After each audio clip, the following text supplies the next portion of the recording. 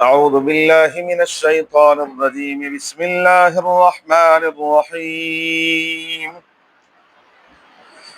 وقال نسوة في المدينة امرأة العزيز تراود فتاها عن نفسه قد شغفها حبا إنا لنراها في ضلال مبين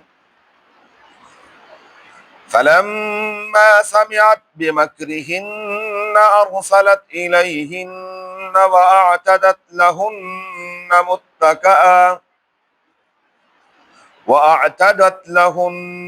متكأ وآتت كل واحدة منهن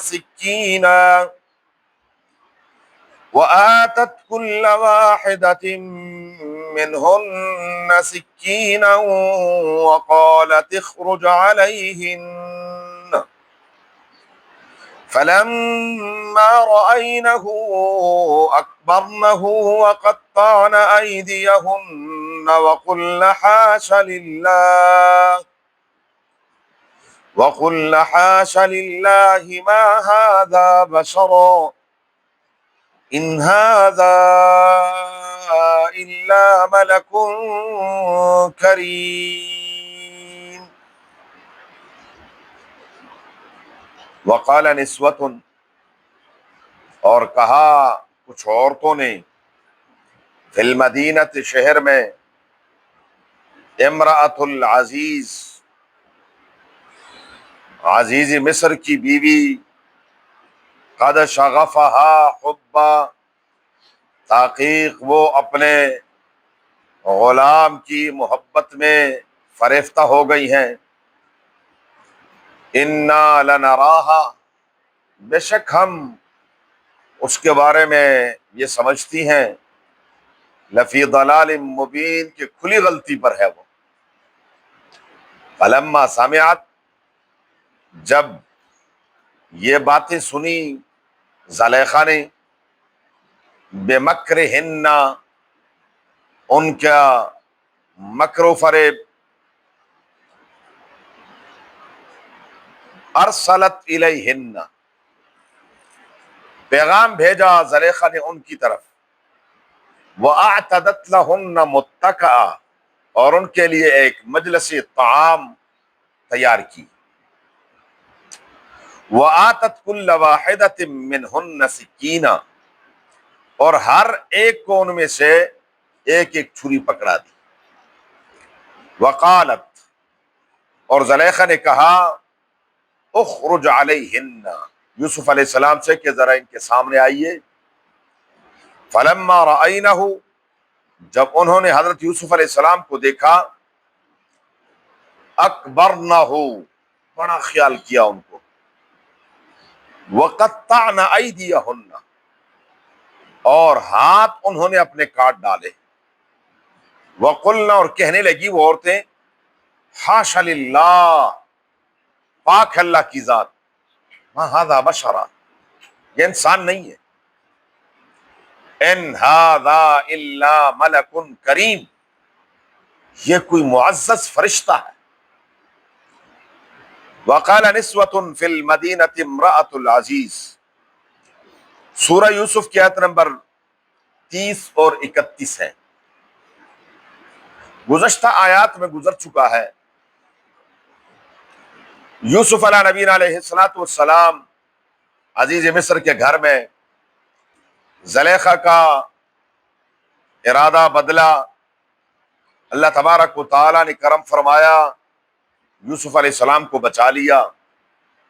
عزیز مصر پر یہ بات آیا ہو گئی کہ غلطی میری بیوی کی ہے، اس نے فوراً بیوی کو کہا کہ آپ کی غلطی ہے اور آپ کو چاہیے واستغفری لذنبک، پہلے تو یوسف علیہ السلام کو معذرت خانہ انداز میں کہا، یوسف آردا ھذا دفق، اور اس سے کہا کہ معافی مانگنی ہے آپ نے، اللہ سے بھی معافی مانگنی ہے اور یوسف علیہ السلام سے بھی معافی مانگنی ہے۔ ہر چند عزیز مصر کی کوشش یہ تھی کہ یہ بات باہر نہ نکلے، لیکن کہتے دیواروں کے بھی کان ہوتے ہیں۔ کسی نہ کسی طریقے سے یہ بات چلتے چلتے چلتے چلتے زلیخا کی جو سوسائٹی تھی، عمراء، وزراء کی بیویاں، وہاں کوئی عام بندہ تو نہیں تھا، ان کا اٹھنا بیٹھنا اسی لوگوں میں ہوتا ہے، تو ان باقی وزراء کی جو بیگمات صاحبات تھی ان میں یہ بات چرچا کرنے لگی، اور بس کسی ایک عورت تک بات پہنچ جائے تو پھر اس کو پھیلانا، پھر سوشل میڈیا کی ضرورت ہے، خود سوشل میڈیا، وہ جب تک 8-10 کو ایک نہ بتا دے تب تک اس کو سکون نہیں ملتا، پھر ہر ایک نے اس طرح، تو وہ تو چند منٹ کے اندر بات پھیل گئی۔ اب جب بات پھیلی تو صدائے بازگشت واپس بھی آ گئی، چلتے چلتے زلیخا کو بھی پتا چل گیا کہ میرے بارے میں کیا کہہ رہے ہیں۔ وقال نسوة في المدينة امرأة العزيز تراود فتاها عن نفسه۔ رب العالمین فرماتے ہیں شہر کی کچھ عورتوں نے یہ بات کہی کہ عزیز مصر کی جو بیوی ہے تراود فتاها، اپنے غلام کو پھسلانا چاہتی ہے، عن نفسه، ان کے نفس سے، ان کے خواہش سے، قد شغفها حبا، اور یہ عیب ہے، اس میں کوئی شک نہیں ہے۔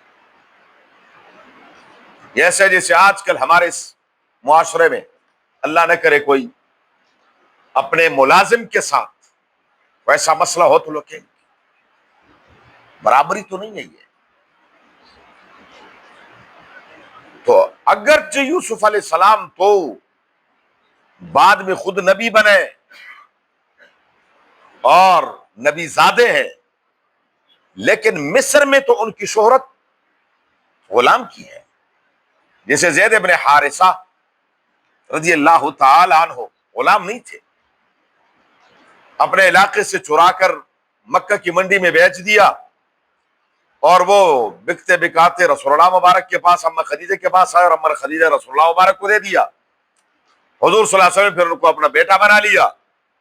جب ان کا رشتہ اپنی پھوپھیزاد زینب بنت جہش کے گھر گیا تو انہوں نے انکار کر دیا، انہوں نے کہا جی ٹھیک ہے، زید بن حارثہ بڑی نسبت ہے کہ رسول اللہ مبارک نے ان کو اپنا بیٹا، لیکن کبھی تو ان پر دھبا تھا کس کا؟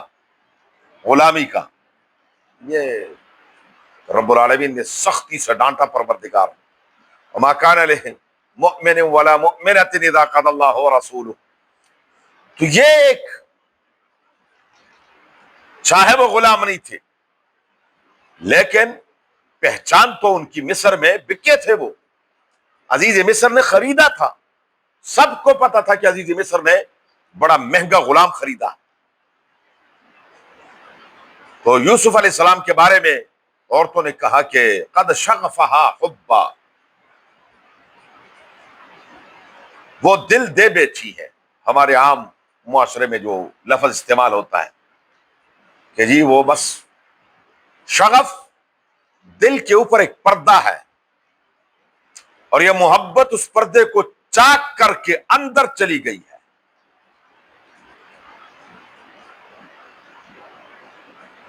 عربی کا ایک مشہور شاعر متنبی کہتا ہے عزل العوازل حول قلب الطائہ وهوى الأحبة منه في سودائه۔ ملامت کرنے والوں کی ملامت وہ میرے دل کے ارد گرد گھومتی ہے، اور محبوب کی محبت دل کے اندر ہے، لہذا اس ملامت سے اس محبت پر کوئی اثر نہیں ہوتا۔ تو انہوں نے بھی کہا قد شغفها حبا، وہ بیچاری دل دے بیٹھی ہے اور دل بھی دے بیٹھی تو کہا غلام کو دل دے دے. انا لناراہا، ہماری رائے یہ ہے، لفی ضلال مبین، یہ سری غلطی پر ہے، ان کو ایسا نہیں کرنا چاہیے تھا. اتنا بڑا خاندان، اتنا بڑا گھر، یہ وہ فلان لٹرم پٹرم، اور اس کو کم از کم اپنی حیثیت کا خیال رکھنا چاہیے تھا. یہ ساری باتیں ان عورتوں نے کی.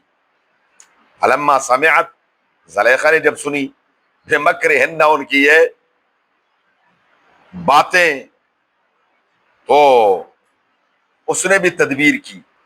میں کہا میں تمہیں بتاتی ہوں کہ ہے کون، تم نے ابھی دیکھا نہیں ہے. مجنون سے کسی نے کہا نا یہ لیلا، انہوں نے کہا تم نے میری آنکھوں سے نہیں دیکھا، تم میری آنکھوں سے دیکھو تو پھر بتاؤ کہ لیلا کیا ہے. تو اس نے کہا میں تمہیں بتاؤں گی کہ وہ ہے کون. اب اس کے لیے انہوں نے یہ کیا کہ پیغام بھیجا، سب کو انوائٹ کیا، دعوت دی کہ فلاں دن فلاں وقت کا کھانا میری طرف ہے آپ سب. تو اور اس کے لیے وَأَعْتَدَتْ لَهُنَّ مُتَّكَئًا، اور ان کے لیے مجلس طعام تیار کی، جن میں تکے لگے ہوئے تھے. یہ کرسی، یہ صوفہ، یہ اعاجم کا طریقہ، عرب کا نہیں ہے. اس دور میں بھی یہ کرسیاں وغیرہ نہیں تھی. اور اس طرح آپ لوگوں نے اگر کہیں یہاں یا عرب میں مجلس دیکھی ہو، وہ اپنے جو بیٹھک ہوتی ہے اس کو وہ اس طریقے سے بناتے. ہمارے ہاں تو صوفے رکھتے ہیں نا، صوفے سجا دیے جاتے ہیں، صوفے رکھ دیے جاتے ہیں، درمیان میں ٹیبل ہوتا ہے. ان کے ہاں یہ نہیں ہوتا. ان کے ہاں قالین بچھایا، قالین کے ساتھ جو ہے ذرا تھوڑی سی موٹی گدی جو ہے وہ، اور پیچھے جو ہے وہ تکیا وہ باقاعدہ لگا دیا، اور آگے پھر وہ یہ جو جیسے میرے سامنے یہ تپائی ہے اس طرح وہ خیوان ہوتے تھے. روایت میں آتا ہے ما اکل رسول اللہ صلی اللہ علیہ وسلم علی خیوان قط، رسول اللہ مبارک نے کبھی بھی میز پر کھانا نہیں کھایا. خیوان یہ ہے، یہ میز ہے کہ وہ سامنے ایسا میز رکھ دیا جاتا تھا تاکہ کھانے کے لیے جھکنا نہ پڑے. اچھا جی، کس چیز پر کھاتے تھے پھر؟ صحابی نے عرض کیا، فرمایا علی ہذہ السفر، دسترخوان پر کھاتے تھے رسول اللہ صلی اللہ علیہ وسلم. ہاں، میز پر کھانا کھانا حرام نہیں ہے، مسئلہ یاد رکھیں. میز پر کھانا کھانا حرام نہیں ہے، بالکل جائز ہے. لیکن اگر بیٹھ کر کھا لیں تو یہ جب کھانا تو یہ انسان کیا کرے گا؟ جھکے گا.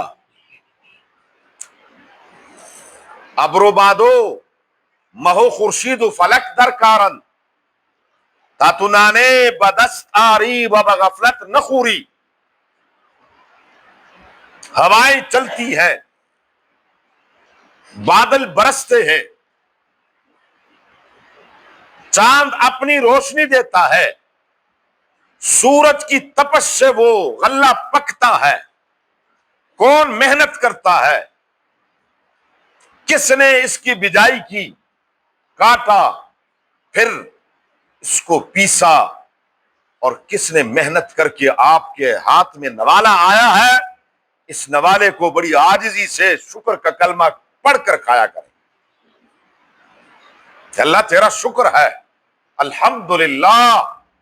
ہر نوالے پر کیا کریں، اور اپنی غلامی کا ثبوت دیں کہ ایک غلام آقا کے سامنے کھانا کھا رہا ہے. ایسا بیٹھ کر کھانا نہ کھائے، چوڑے ہو کر، ڈنگروں کی طرح، جانوروں کی طرح کھڑے ہو کر چلتے پھرتے. اللہ کا بڑا احسان ہے. آج سے 20 سال پہلے کیا صورتحال تھی کچھ یاد ہے؟ ہم تو خیر صبح کا ناشتہ بھولے ہوئے ہیں، لیکن شاید آپ کو یاد ہو آج سے 20 سال آپ کے ہمارے اس شہر میں جتنے بھی شادی حال تھے، ان شادی حالوں میں کرسی نہیں ہوتی تھی، یعنی ٹیبل نہیں ہوتا تھا. کرسیاں تو ہوتی تھی بیٹھنے کے لیے کرسیاں لگاتے تھے، سٹنگ کرتے تھے، لیکن کھانے کے لیے بس صرف کھانا وہ بوفے لگ جاتے تھے اور وہاں ٹیبل کوئی نہیں ہوتا تھا کہ جس پر آپ بیٹھ کر کھانا کھا سکیں۔ کیسے کھاتے تھے؟ چلتے پھرتے، کھڑے کھڑے پلیٹ میں ڈالا اور ادھر بھی پھر رہا ادھر بھی پھر رہا اور ہاتھ میں پلیٹ ہے اور کھا رہے ہیں۔ اور یہ تو اللہ نے کرم کیا ہے، اللہ تعالیٰ اس عادت کو ختم نہ کرے، آمین کہیں۔ اب الحمدللہ باقاعدہ وہ گول میز بھی ہے، دوسرے بھی ہیں، اور وہ میز لگاتے ہیں، بندہ چلو میز پر کھانا تو کھا لیتا ہے۔ بہرحال یہ اللہ کی نعمت ہے۔ کتنے لوگ ہیں، پیسے کی کمی کوئی نہیں ہے، پر تیسرے سے چوتھا والا بولے ایک سے دوسرا گلاس پانی کا بسا اوقات ایک سے دوسرا گھونٹ نہیں پی سکتے۔ شکر کریں الحمدللہ، میرے اور آپ کے سامنے 3-4 روٹیاں تو ویسے مذاق ہے، کھاتے ہیں اور بیکار بھی نہیں مارتے، اور پھر بھی کہتے ہاں بس مناسب تھا۔ یہ نہیں کہ الحمدللہ ہر نوالے پر کا شکر ہے، یا رب میں اس قابل نہیں ہوں۔ تیرے کتنے بندے ہوں گے جو اس وقت بھوکے ہوں گے، بھوک سے تڑپ رہے ہوں گے، رب تو نے مجھے اس نعمت سے نوازا ہے کہ میں کھا رہا ہوں۔ تو یہ متکبرانہ انداز سے نہیں، بلکہ کیا ہے، بہتر یہی ہے کہ آپ صلی اللہ علیہ وسلم کی سنت کو، آپ صلی اللہ علیہ وسلم کی سنت کو، ایک صحابی آئے رسول اللہ مبارک کیوں کھانا، انہوں نے کہا حضور یہ آپ کیسے کھانا کھا رہے؟ فرمایا ان اللہ تعالی رب العالمین نے مجھے شکر گزار بندہ بنایا، ولم یجعلنی جبارا شقیا، نہیں بنایا۔ جی میرے رب نے مجھے کیا ہے، اپنا شکر گزار بندہ بنایا ہے۔ اپنا شکر گزار انسان کی ہر ادا سے ہر لمحہ بندگی ٹپکنی چاہیے، یہ چلے غلاموں کی طرح چلے، یہ اٹھک بیٹھک کرے، جو بھی معاملہ کرے تو کیا اس میں عاجزی ہو، جیسے غلام اپنے آقا کے سامنے، ہاں دنیا کے سامنے نہیں، دنیا کے نہیں، کس کے؟ اللہ کے، کیونکہ کائنات میں انسان سے افضل اور کوئی نہیں کہ جس کے سامنے انسان جھکے۔ جھکنا ہے تو صرف کس کے؟ صرف اللہ۔ اور جو صرف اللہ کے سامنے جھکتا ہے پھر وہ کسی اور کے سامنے نہیں جھکتا۔ ہاں اللہ ہمیں اپنے سامنے، تو اس نے باقاعدہ مجلس بنائی اور تکیے وغیرہ لگے ہوئے ہیں، وَآتَتْ كُلَّ وَاحِدَةٍ مِّنْهُنَّ سِكِينًا، کھانا چن دیا گیا، اور اس میں باقاعدہ چھری بھی رکھی جاتی تھی، جو اس دور معلوم ہوتا ہے اس دور سے مصر والے کتنے مہذب لوگ تھے کہ باقاعدہ چھری کے ساتھ چھری استعمال کرتے تھے، اور یہ نہیں کہ بس پھل لیا اور ٹک اور دانتوں سے کیا ہے کھا رہے ہیں، اور یہ وہ نہیں، باقاعدہ چھری سے کیا ہے کاٹ رہے ہیں۔ یا یہ ہے کہ بڑے بڑے پیسز ہوتے تھے گوشت کے، یہ جیسے سبزیاں وغیرہ بنتی ہیں، اور اب جو ہے وہ نہیں، یہ ہمارے ہاں اب نہیں ہے، ان کے ہاں یہ بہت پرانی تھی، بڑا پیس ہے اور اس کو کیا کر رہے ہیں، چھری سے کاٹ کر کھا رہے ہیں، تو بالکل ٹھیک ہے، یہ اس میں کوئی قباحت، ہاں صرف اور صرف وہ کچھ لوگ بڑے عذاب میں مبتلا ہوتے ہیں، ایک ہاتھ میں الگ کانٹا پکڑا ہوتا ہے اور دوسرے ہاتھ میں اور ایک عجیب و غریب، آپ کہیں گے کسی عذاب میں مبتلا ہے، یہ کوئی لڑائی ہو رہی ہے پلیٹ کے ساتھ، وہ بھی غلط ہے، وہ کیا ہے، غلط ہے۔ اور آج آپ کی سائنس اس بات کو ثابت کر رہی ہے کہ جو لوگ ہاتھ سے کھانا کھاتے ہیں انگلیوں سے، ان انگلیوں کے پوروں میں اللہ تبارک و تعالی ایک خاص ایک ایسے ذرات پیدا کر دیتے ہیں کہ وہ پہنچتے ہی آپ کے معدے میں وہ معدہ ایکٹیو ہو جاتا ہے اور وہ کھانا ہضم ہو جاتا ہے، اور جب چمچوں کے ساتھ ہو اس نعمت سے کیا ہو جاتا ہے، محروم ہو جاتا ہے۔ اور پھر رسول اللہ مبارک نے جو فرمایا کہ 3 انگلیوں سے کھاؤ، کیا 3 انگلیوں کے ساتھ کھاؤ، تو یہ ایک سنت زندہ ہو گئی، کیا ہو گئی، سنت زندہ ہو گئی۔ پھر ایک اور سنت، جب آپ کھانا کھا لیں گے تو کیا کریں گے، انگلیاں چاٹ لیں گے، ایک اور سنت زندہ ہو گئی۔ اور رسول اللہ مبارک فرماتے ہیں من تمسک بسنتی عند فساد امتی فلہ اجر مثل 100 شہید، جس نے میری امت کے فساد کے دور میں ایک سنت زندہ کی اس کو 100 شہیدوں کا ثواب ملے گا۔ تو یہ ان کانٹوں میں ہے، چمچوں میں ہے، ہاں یہ ہاتھ سے کیا ہے؟ ہاتھ سے کھانے میں، ہاتھ سے کھانے میں ہے۔ اللہ تعالی ہمیں بھی نصیب فرمائے اپنے محبوب صلی اللہ علیہ وسلم کی سنتیں۔ تو چھریاں رکھ دی اور وقالت اخرج علیہن، کسی کام کے سلسلے میں دعوت ہے تو زلیخا نے کہا یوسف، تو حضرت یوسف علیہ السلام یہاں یہ سب تشریف فرما ہے محترمات، اور یوسف علیہ السلام یوں سیدھے گزر گئے اور انہوں نے آنکھ تک نہیں اٹھائی ان کی طرف، دیکھا تک نہیں۔ تو دو باتیں ہیں، یا تو یہ کہ ہر ایک کے ہاتھ میں پھل تھا اور دیکھتے دیکھتے دیکھتے پتہ بھی نہیں چلا اور انگلیاں ہاتھ کٹ گئے، اور بقول امام الہند مولانا ابوالکلام آزاد کی وہ بڑا عجیب جملہ مانا کرتے ہیں، وہ کہتے ہیں انہوں نے جان بوجھ کر ہاتھ کاٹے کہ شاید ہماری طرف توجہ فرما دیں، شاید عورت ہے نا، عورت کا مکر تو عورت کا ہے، انہوں نے جان بوجھ کر کیا کیے؟ ہاتھ کاٹے کہ یہ ہماری مدد کو پائیں گے، اوہو ہاتھ کٹ گیا، اور میں ہاتھ نہیں گلے بھی کاٹ دو میرے نہیں دیکھنا تمہیں۔ ہاں اس لیے اماں فرماتی نے، اماں عائشہ صدیقہ رضی اللہ تعالی عنہ، زنان مصر نے یوسف علیہ السلام کے حسن کو دیکھ کر ہاتھ تو کاٹ دیے پر ایمان نہیں لائی، میرے محبوب کو جس نے دیکھا پہلے ایمان لائے پھر گردنیں کٹوا دی، صحابہ نے گردنیں کٹوا دی۔ حسن یوسف دم عیسیٰ ید بیضاء داری، آنچ ہما خوباں دارندہ تو تنہا داری۔ کائنات کے تمام حسینوں میں جتنے حسن کی صفات اور جتنے کمالات پائے جاتے ہیں، کسی میں کوئی پایا جاتا ہے، سرکار دو عالم میں وہ تمام کمالات کا مجموعہ ہے، تمام کمالات کا مجموعہ رسول اللہ صلی اللہ علیہ وآلہ وسلم میں۔ بہرحال تو انہوں نے فلما رأینہ، جب انہوں نے یوسف علیہ السلام کو دیکھا، اکبرنہ، بڑائی بیان کی، بڑا آدمی ہے، ایسا شریف آدمی۔ عموماً یہ عمر ایسی ہوتی ہے، ابھی نوخیز عمر ہے، نوجوانی ہے، اس میں انسان میں کیا ہے؟ شوخ پن ہوتا ہے تھوڑا سا، اور پھر سامنے کیا ہے؟ ایک سے ایک بن ٹھن کر بیٹھی ہوئی عورت ہے، اور وہ یوں نکل گئے کہ یہ عام آدمی نہیں ہے، یہ جس کو اللہ نے اتنا حسن بھی دیا ہے اور حسن کے باوجود اتنی شرافت بھی عطا فرمائی، اور کیوں نہ ہو، وہ نبی زادے بھی تھے اور نبی بھی تھے، خود بھی نبی تھے اور نبی زادے تھے، اور فرمایا فلما رأینہ اکبرنہ وقطعن ایدیہن، انہوں نے اپنے ہاتھ کاٹ ڈالے، وقلن، اور کہنے لگی حاشا للہ، سبحان اللہ، پاک اللہ کی ذات، ما ھذا بشرا، یہ انسان، کیونکہ خود رسول اللہ مبارک فرماتے ہیں کہ کائنات کا آدھا حسن اللہ نے یوسف کو دیا تھا۔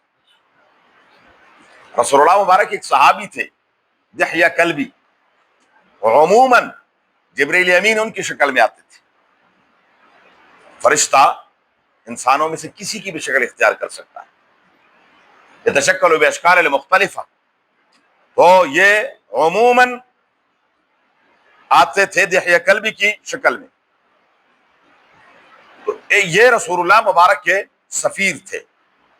جب روم یہ خط لے کر گئے، تاریخ لکھتی ہے کہ جو جہاں کھڑا تھا وہیں کھڑے دیکھتے دیکھتے رہ گیا،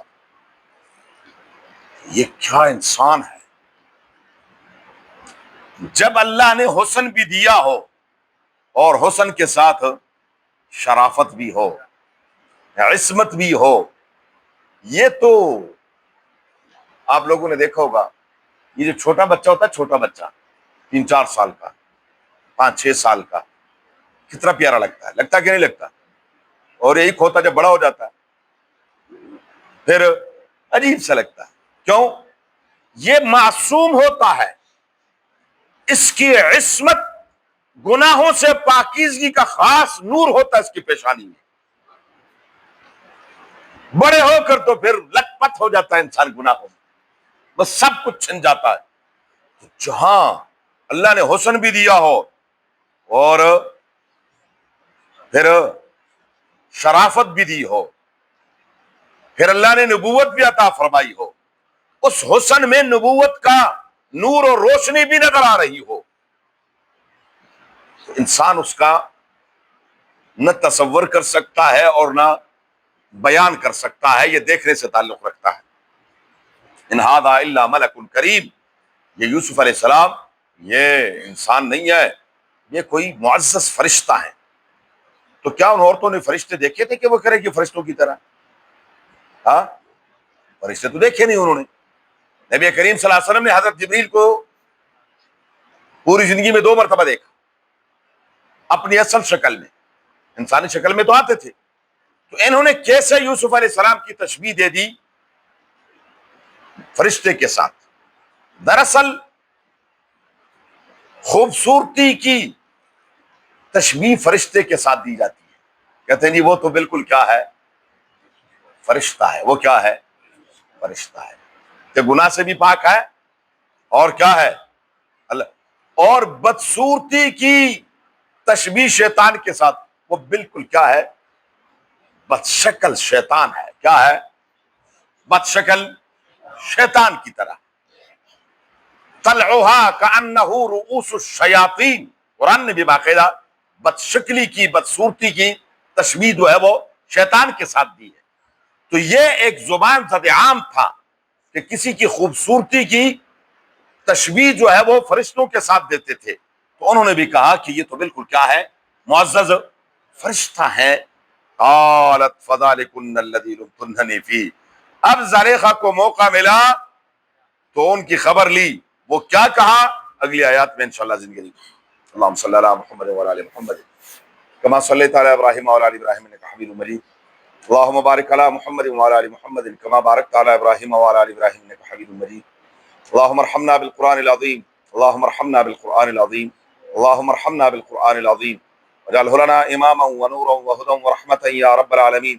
اللہم ذکرنا منہ ما نسینا وعلمنا منہ ما جہلنا وارزقنا تلاوته آناء الليل واطراف النهار واجعله لنا حجة يا رب العالمين. اللهم نور قلوبنا بالقرآن وزين اخلاقنا بالقرآن ونجنا من النار بالقرآن وادخلنا الجنة بالقرآن. ربنا اغفر لنا ولوالدينا ولأساتذتنا ولمشايخنا ولمن له حق علينا ولجميع المؤمنين والمؤمنات والمسلمين والمسلمات الأحياء منهم والأموات. اللهم حصل مرادنا ويسر أمورنا بجاه حبيبك المصطفى ونبيك المرتضى صلی اللہ علیہ وآلہ وأصحابہ اجمعین برحمتک یا